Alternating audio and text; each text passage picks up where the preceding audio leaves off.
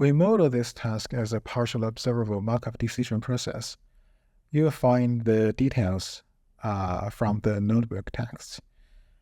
Okay, so basically, there are two parts. In this modeling, one is environment, the other is agent. At each time step t, the environment is in the state st, right?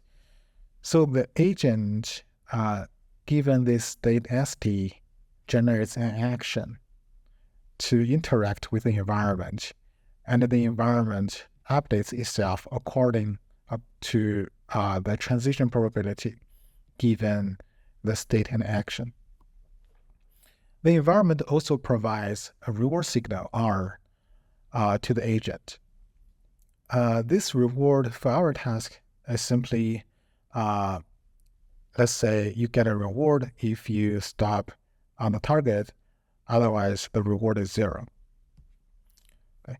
As I just mentioned before, the task is partially observable. That means the ground truth state is unobservable, right?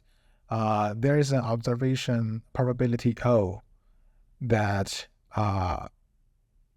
converts the state to an observation. And for our task, you can imagine that the observation is the target location when it is on, and the velocity information of the agent, because you can sense the object flow. What is missing here from the observation is you won't be able to observe your location because there are no landmarks. And given this observation, and given, let's say, your previous action, you can somehow form an internal belief of where you are, right? We can call it B, and this B is simply a state representation that the agent needs to maintain such that it can make the correct decision. Okay. So for the agent, there are two parts. One is actor, the other is critic. Okay. So the role of the actor is to take actions to interact with the environment.